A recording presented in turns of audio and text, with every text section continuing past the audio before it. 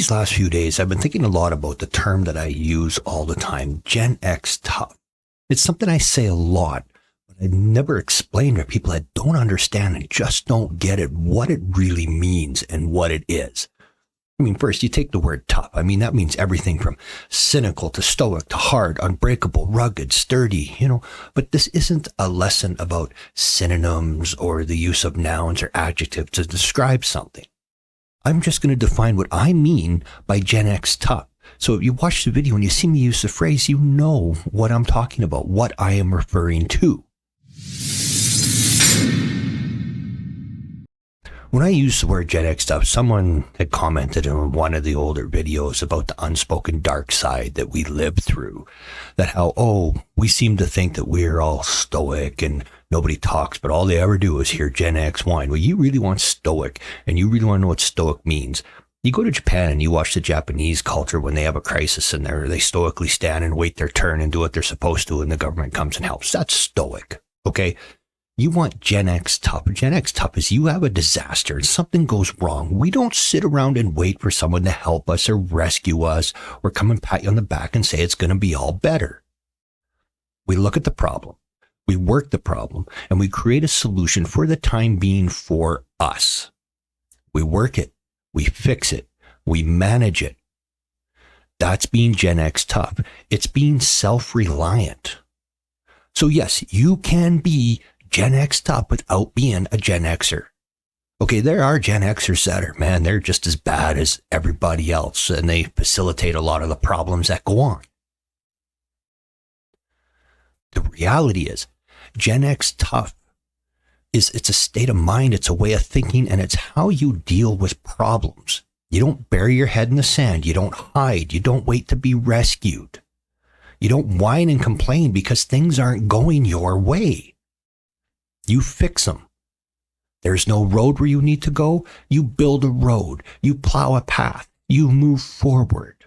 You don't have enough to survive. You find a way. You'll find a lot of people, especially, you want Gen X tough. Take a lot of people, farmers, people that fish, hunt, they do all these things. They're more self-reliant, even if they're not of Generation X. That is the mentality of Gen X tough. You're resilient. You're capable of taking care of yourself. You're capable of learning on your own. A lot of us, many of the things we know are self-taught. You got the Gen Xers that were coders and built all these things and Facebook and helped form the internet and Google and all this stuff we have. You think these people didn't sit in classes and were taught to code? These people sat at home and learned. I mean, coding classes in computer then were basically very, very minimal. So they taught themselves. They sat down with something they didn't know or how to teach, and they toughed it out and they taught themselves, and they created things that are amazing and things that are a detriment to society and the younger generations today and have made them weak ass bitches. Yeah, I said it. When I say Gen X tough, it's not just physical tough. Okay, it's mental tough. Sometimes it's mental tough knowing that you are going to suffer major physical consequences. Take, for example, when we were younger and we had bullying just like you did. The difference is our bullying was face-to-face and it was physical. And sometimes, if you didn't want the bullying, you had to fight back. People don't fight back now. They whine, they cry, they hide. They sit there and they scream about the mental impact it has on them. Well, you know what? Stop dealing with the mental impact. Somebody's bullying you online. Physically track them down and bust their fucking nose. All right? That'll fix that shit. They'll stop the online crap if they realize it has real world physical consequences.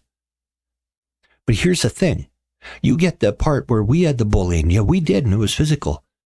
And sometimes the meaning of being tough then, it wasn't the fact that you were going to go beat the person up. It was knowing that you were going to go fight them, knowing you were going to lose, knowing you were going to take a very bad beating, that in the end you were probably going to wind up with a broken nose, some black eyes, maybe a busted arm or a broken jaw, but you went and you did it. Because that is what ended things. You knew you were going to lose, but you stood up and you take your lumps. That's part of being Gen X tough. knowing that you could lose at something, and you take your whooping. You deal with what needs to be done. There are consequences, and you accept them. You make a decision, and you live with the outcome. You don't whine because it didn't go your way. You just live with the outcome. And if you didn't like the outcome, you correct it, you fix it, you move on, and you do something different, or you do it better the next time. Why? Why do people not understand? When I say Gen X tough, that's what it is. It is that inside you to stand up and not cower, to not fall down and curl up and stick your head in the sand or go fetal position because things are hard, because it's tough, because you don't want to face something that is difficult. You do those things. You face the difficult. You do what's hard. You do something knowing that you are going to fail, because in order to fail is how you're going to learn to do it right. That's Gen X tough. That is a major life lesson. And that sadly is something we did not pass on enough that we should have. Too many of us didn't, because we got buried in it so much that we did not want it to be as difficult for our children and for those that come after us. And it was our mistake that we made things a little too soft. But it is not too late. You can teach people to be tough. I get told all the time, oh man, he doesn't care about nothing. He's got no feelings. He does no emotions. Yeah, I do. I don't reflect a whole bunch of crap on the surface. Never did. Oh, but man, they're there. They're there like you wouldn't believe. Most of us Xers, we don't have this emotional outburst that people do now, but we probably actually feel deeper than anybody else.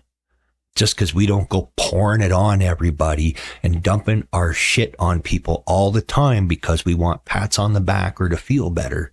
No. Right?